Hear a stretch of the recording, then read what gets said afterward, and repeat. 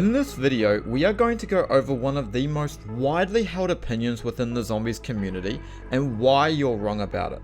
Starting off with chapter 1, the design. Gorod Krovi's Easter egg was unique in the fact that it was designed in a different way to those coming before it. And that's because essentially every single Easter egg coming before Gorod Krovi was designed in a linear and one-dimensional fashion. You must complete one step before the other. Easy to understand, has an element of progression, although it gets very tedious very quickly.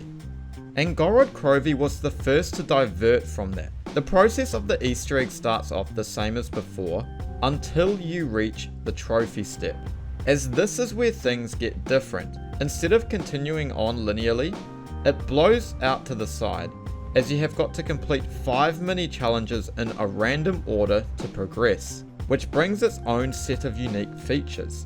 It brings an extra degree of replayability, sometimes lacking in traditional linear Easter eggs, but you've also got to be careful not to overdo it, as it is not really possible to prepare for them, which segues us into chapter 2, the problems. With 120 possible combinations to complete this step, it is very difficult to actively prepare for any specific step, especially if some are easier, some are harder, and if each have their own unique challenges. And unfortunately, that's what we see with Gorod Krovi. Some of them are quite easy, but some of them are very difficult, particularly the escort and Gersh steps. The inability to properly prepare for these, combined with how hectic these steps are, makes them downright frustrating and almost impossible without dumb luck. And before you even say it, just use gobblegums is not a good excuse. You shouldn't have to rely on an external power up to complete an Easter egg step. Yes, difficulty is important, but you should be able to complete a step with the right skills and applications. Everybody likes to talk about the infamous bomb step, but honestly, I think that is a great step. It's difficult and gets the heart racing, but at the same time, it's doable. The problem with this Easter egg lies within those awful escort steps. And I also think the boss fight suffers from the same problem. Sure, with gobblegums it's a breeze, without them, good luck to you. It's just not how you should run an Easter egg. You should be able to complete an Easter egg without having to use things like gobblegums. Furthermore, not to mention all the glitches, bugs, and death barriers that are associated with this Easter egg. I had to complete this Easter egg about 5 or 6 times before I got the actual achievement and gateworm, because of that awful bug that would crash the game halfway through the ending cutscene, making it impossible to complete for quite a while. And while yes, these are more general game issues and not so much to do with the Easter egg, it certainly doesn't help. So overall, I feel these problems make Gorod Krovi one of the worst Easter egg experiences in Black Ops 3, and probably zombies as a whole. But then, why do so many people think the opposite?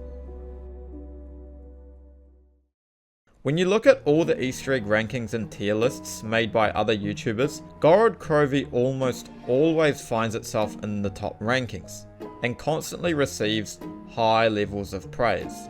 Or shoot random parts, and you really start this Easter egg right away on this map. It fits the map perfectly because you could be playing Gorod Krovi, complete like half of the Easter egg, and not even know.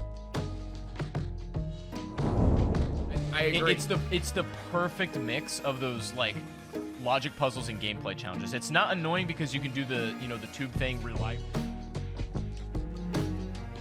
And I think that's for a few reasons. Gorod Krovi itself is a great map.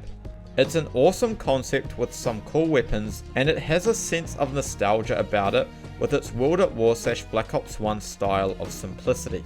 But yet it's not quite as amazing as some of the others around it. It's a top 10 map, but not quite a top 5. So it generally doesn't receive as much attention and scrutiny as others, and tends to kind of fly under the radar a bit. Furthermore, Gorod Krovi had a huge advantage of taking place during the absolute peak of zombies. Z-House 1 was going off, and so is generally loved by YouTubers and fans alike. but it was also during the climax of the storyline, with an absolute bombshell ending to the cutscene and Easter egg, so the excitement and demand for zombies during this period was just completely off the charts.